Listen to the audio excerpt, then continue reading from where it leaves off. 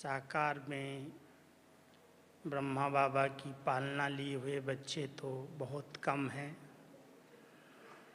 इन आँखों से साकार रथ को नहीं देखा, लेकिन साकार की अव्यक्त पालना और साकार के समय पत्रों से पालना अवश्य ली है। ड्रामानुसार पिछले लगभग 40 वर्षों से अव्यक्त बाबा के अंग संग बैठने का, लिखने का पूरा भाग्य मुझात्मा को मिला है। और उस 40 वर्षों में बाबा की ये दो विशेषताएं सतत देखते हुए बड़ा हर्ष होता है और लगता है कि बाबा इन्हीं दो विशेषताओं में अपने बच्चों को समान बनाना चाहते हैं। जो साकार के बाद अव्यक्त रूप में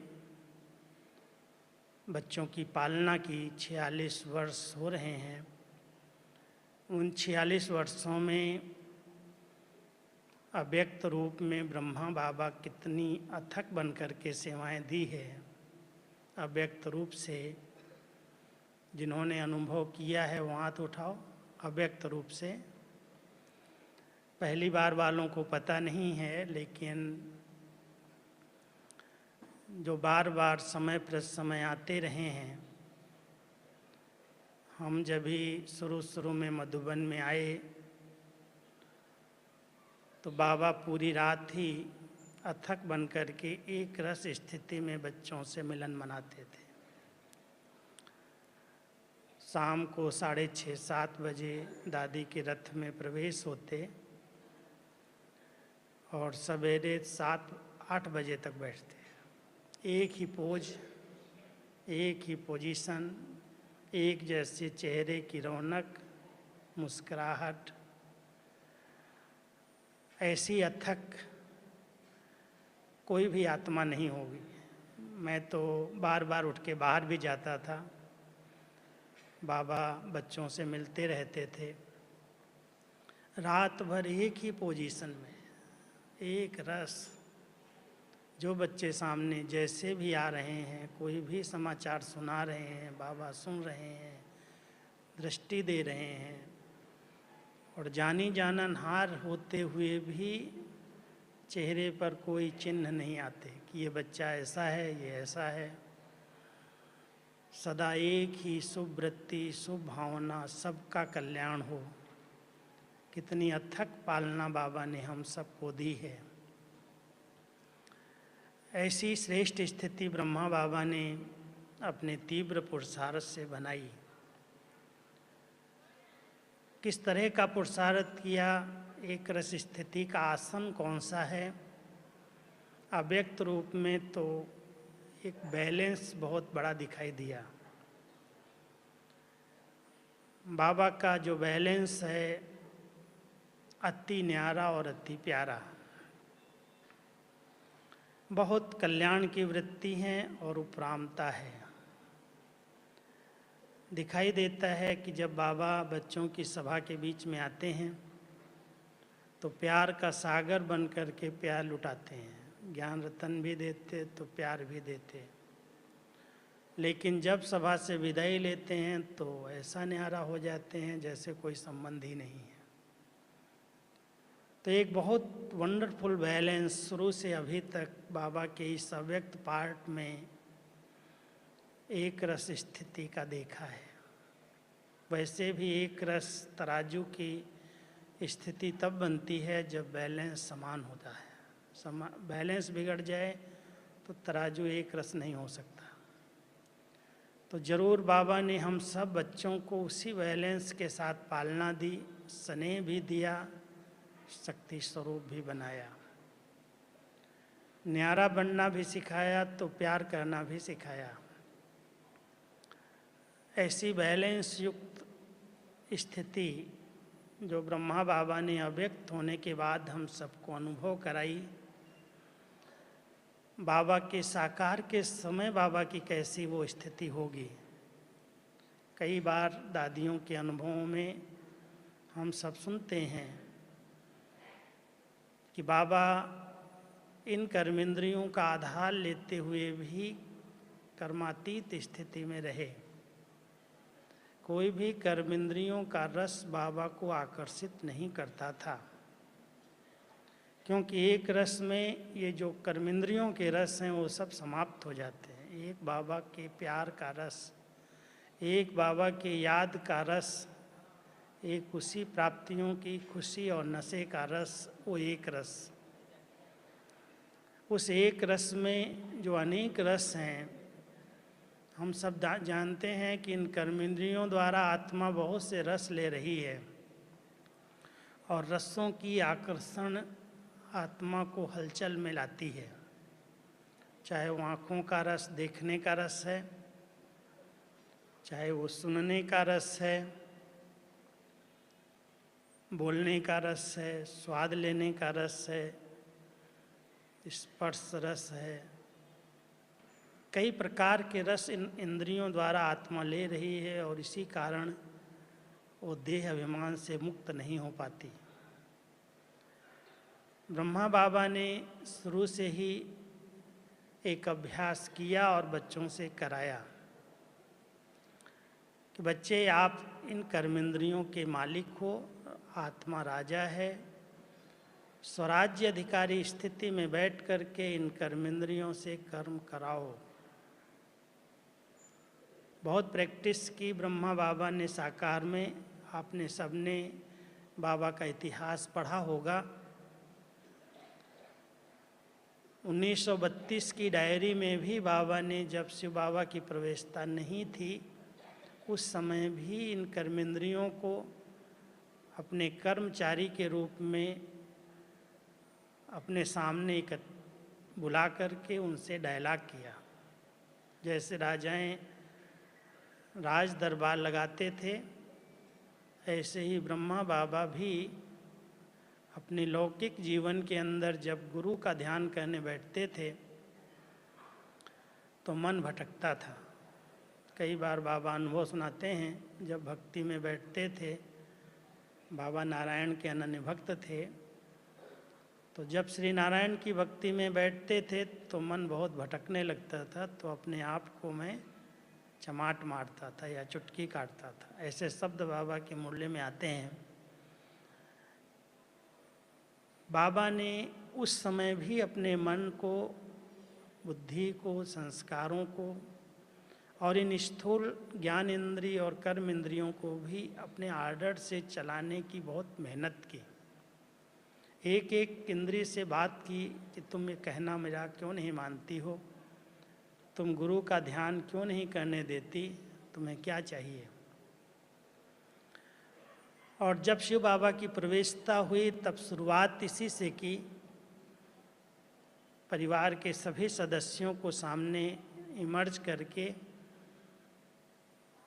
यही पाठ पक्का किया। जसोदा बाबा की धर्मपत्नी, लौकिक में जसोदा आत्मा है, जसोदा आत्मा है, जसोदा आत्मा है। बेटे का नाम नारायण, नारायण आत्मा है, नारायण आत्मा है। इस तरह से आत्मा का पाठ बाबा ने पक्का किया और पक्का करते करते सब संबंधी होते हुए भी संबंधों का जो भान था वो निकल गया। सब बाबा को बाबा की नज़र से देखने लगे और सब बच्चे के सिवाय और कोई संबंध नहीं रहा। बाप और बच्चे, सब संबंधों का रस एक के रस में लौलीन हो गया।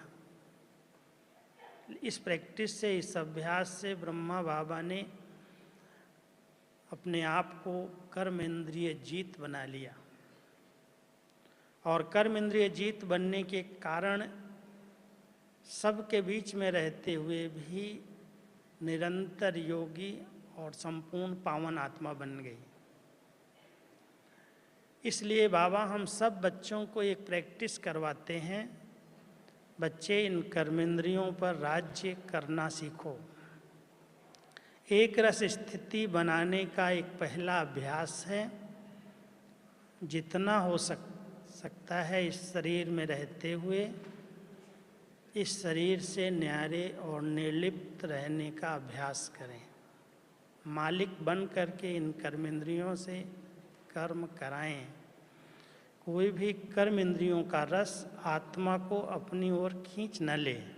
प्रैक्टिस की ज़रूरत है, क्योंकि कोई को देखने का रस, कोई को बहुत बोलने का रस, कोई को खाने पीने का रस, कोई को सुनने का रस, कोई को सूंघने का, स्वाद लेने का या स्पर्श करने का, बहुत प्रकार के आकर्षण इस दुनिया के अंदर देह विमान में आने के कारण आत्माएं कर रही हैं।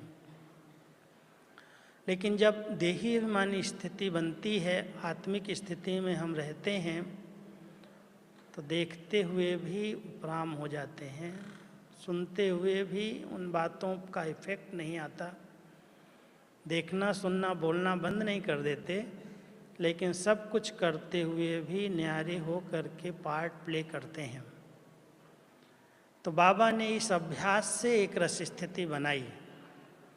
लेकिन एक स्थिति आसन है। कोई भी छोटी मोटी बातें, कोई भी परिस्थितियां स्थिति को डगमग न कर दें, क्योंकि अगर पिलर्स मजबूत नहीं हैं तो कोई भी पेपर, कोई भी हलचल होगी तो एक रस नहीं रह सकेंगे। और पेपर तो इस कलयुग के अंदर आना स्वाभाविक है। ऐसा कोई भी नहीं है जो कहे मेरे आगे तो कोई पेपर ही नहीं आता। कोई के आगे सबसे बड़ा पेपर है देह का, शरीर की बीमारियों के रूप में आ रहा है। कोई के आगे संबंधों के बंधन हैं, उनका पेपर है। उनके बीच में रह करके पवित्र और योगी बनना बड़ा पेपर है। कोई के आगे समाज का पेपर है, कोई के आगे पदार्थों का पेपर है, वैभवों का पेपर है। किसी न किसी पेपर में, किसी न किसी आकर्षण में कलयुग में हर आत्मा बंधी हुई है। और बाबा हम बच्चों को इन आकर्षणों से मुक्त, न्यारा और प्यारा बनाना चाहते हैं। सबके बीच में बाबा रहे प्रैक्टिकल में, क्योंकि ब्रह्मा बाबा ने सब अनुभव किए। देह में भी बाबा कई बार कहते हैं, आज भी मुरली के अंदर कह रहे थे शिव बाबा कि ये बच्चा अगर बीमार पड़ जाता है, मुख से बोल नहीं सकता है, तो मैं हाथों से लिख देता हूँ मुरली। माना बीमारी का अनुभव भी ब्रह्मा बाबा ने किया। और संबंधों में भी बाबा के सभी लौकिक संबंधी बाबा के साथ साथ रहे। कोई को बाबा ने छोड़ा नहीं, लेकिन सबके साथ रहते हुए, सबके साथ पार्ट बजाते हुए, कोई ने लौकिक नाते से बाबा को बाबा नहीं कहा, अलौकिक नाता हो गया। तो ये सब अभ्यास देह में भी बाबा रहे, देह से उपराम हो गए, न्यारे हो गए, इन कर्मेंद्रियों पर जीत प्राप्त कर ली, हर कर्म भोग को योग से पूरा अंत तक पार किया। अंतिम मुरली भी चलाई कि बच्चे, कर्म भोग की युद्ध थी। जब बाबा व्यक्त हो गए और पहली बार प्रवेश हुए तो बाबा ने अपना अनुभव सुनाया। सुना होगा 69 की मुरलियाँ अभी थोड़े समय पहले रिवाइज हुई थी।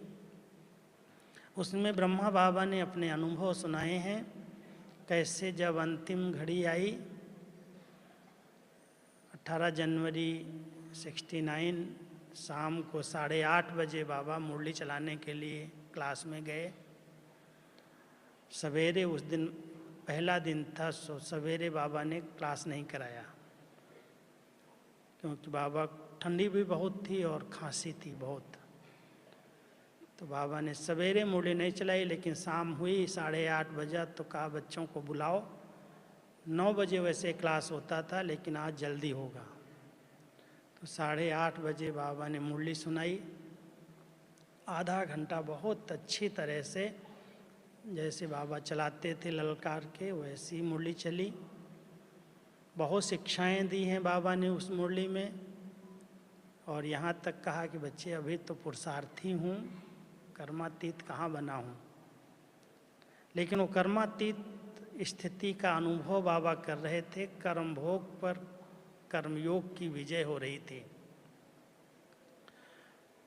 और साथ में दादी के गए, दादी प्रकाश मणि जी के, कमरे तक साथ में लेके गए और वहाँ दादी को हाथ में हाथ देते हुए 8:30 बजे मुरली सुनाई। 9 बजे कमरे में आए, चारपाई पर बैठे और दादी को हाथ दिया, दृष्टि दी, सब शक्तियाँ ट्रांसफ़र की और बाबा अव्यक्त हो गए।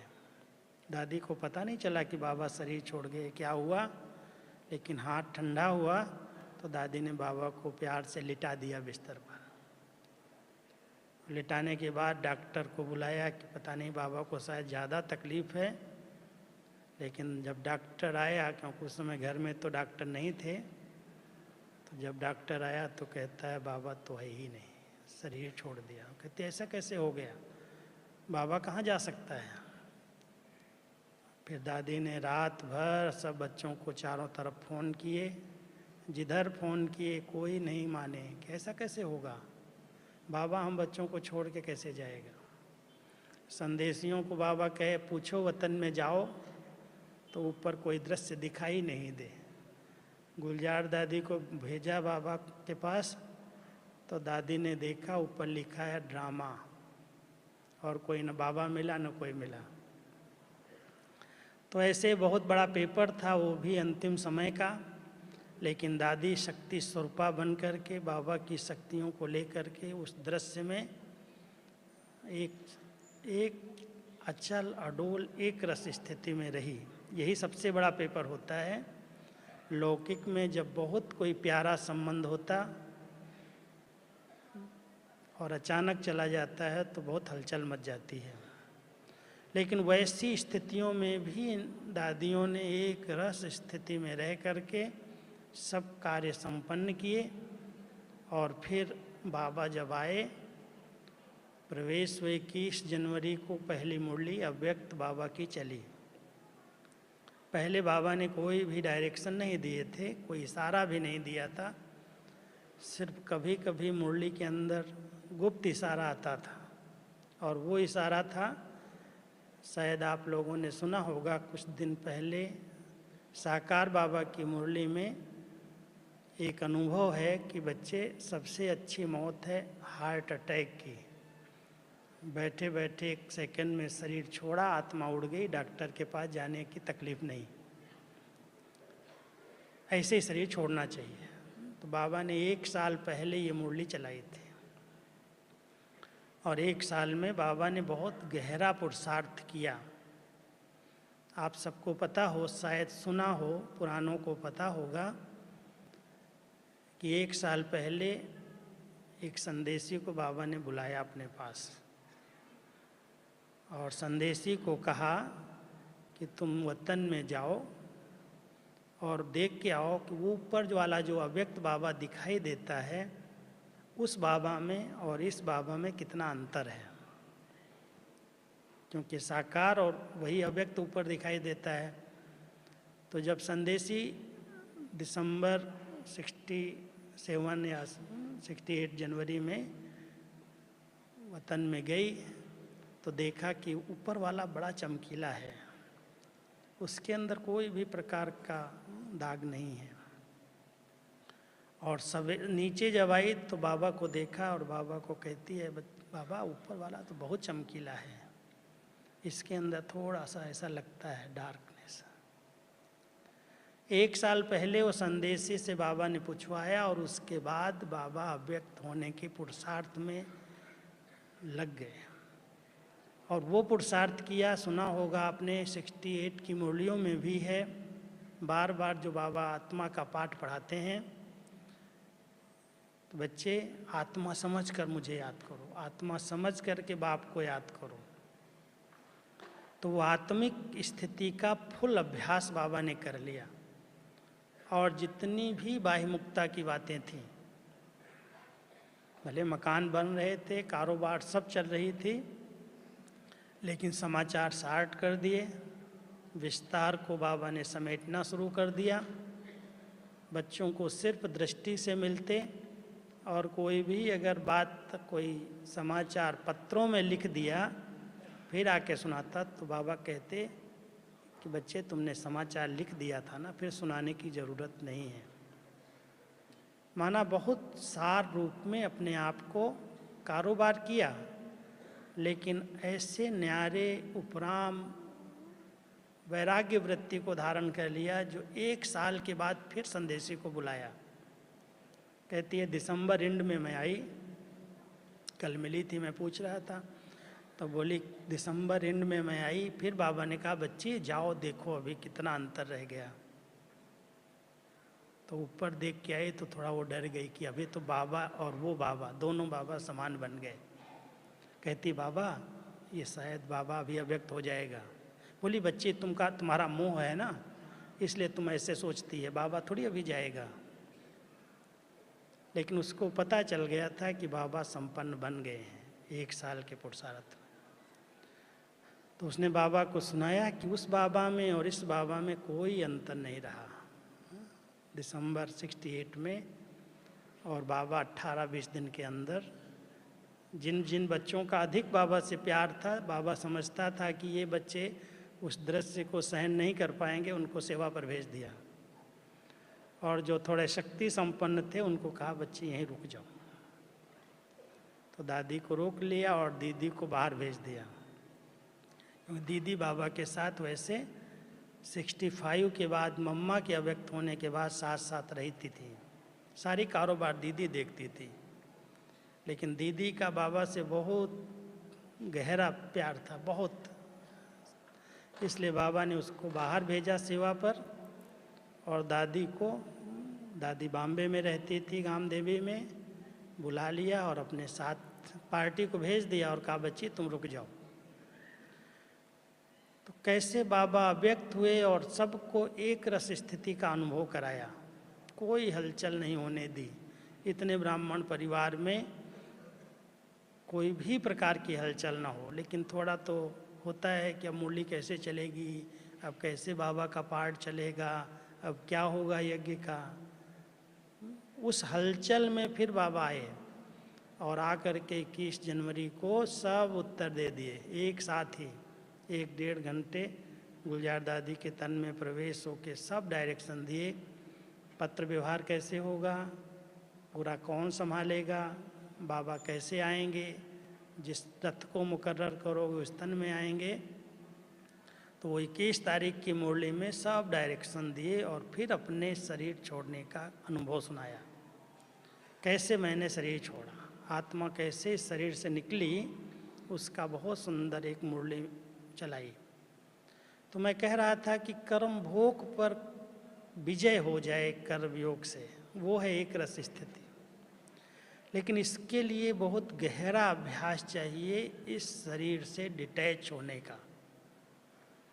जो आवाज़ में आने के रस हैं, वो रस उस एक रस स्थिति का अनुभव करने नहीं देते। मैंने देखा है कि तुरंत ही आवाज़ में आत्माएं बहुत जल्दी आ जाती हैं, वो रस बैठा हुआ है। जिसने पूरा दिन कभी मौन रखा हो, हाथ उठाओ, देखें कितने लोग हैं ऐसे मौन, एकदम बोले ना हो। बहुत थोड़े हैं, गिने चुने हैं। मन का भी मौन, मुख का तो रखना सहज है। मुख का मौन तो बहुत लोग रख लेते हैं, बोलते नहीं हैं। कई कई दिन भी रखते हैं, कई साल और मास भी रखते हैं, मुख से मौन ले लेते हैं। उसमें भी एनर्जी जमा होती है। लेकिन मन से भी एकदम एकाग्र हो जाएं, एक बाबा के लगन में मग्न हो जाएं, वो मन का मौन। मन का मौन ये नहीं है कि शून्य हो जाएंगे, कोई संकल्प भी नहीं चलेगा, लेकिन उस संकल्पों में कोई व्यर्थ और नेगेटिव को आने न दें।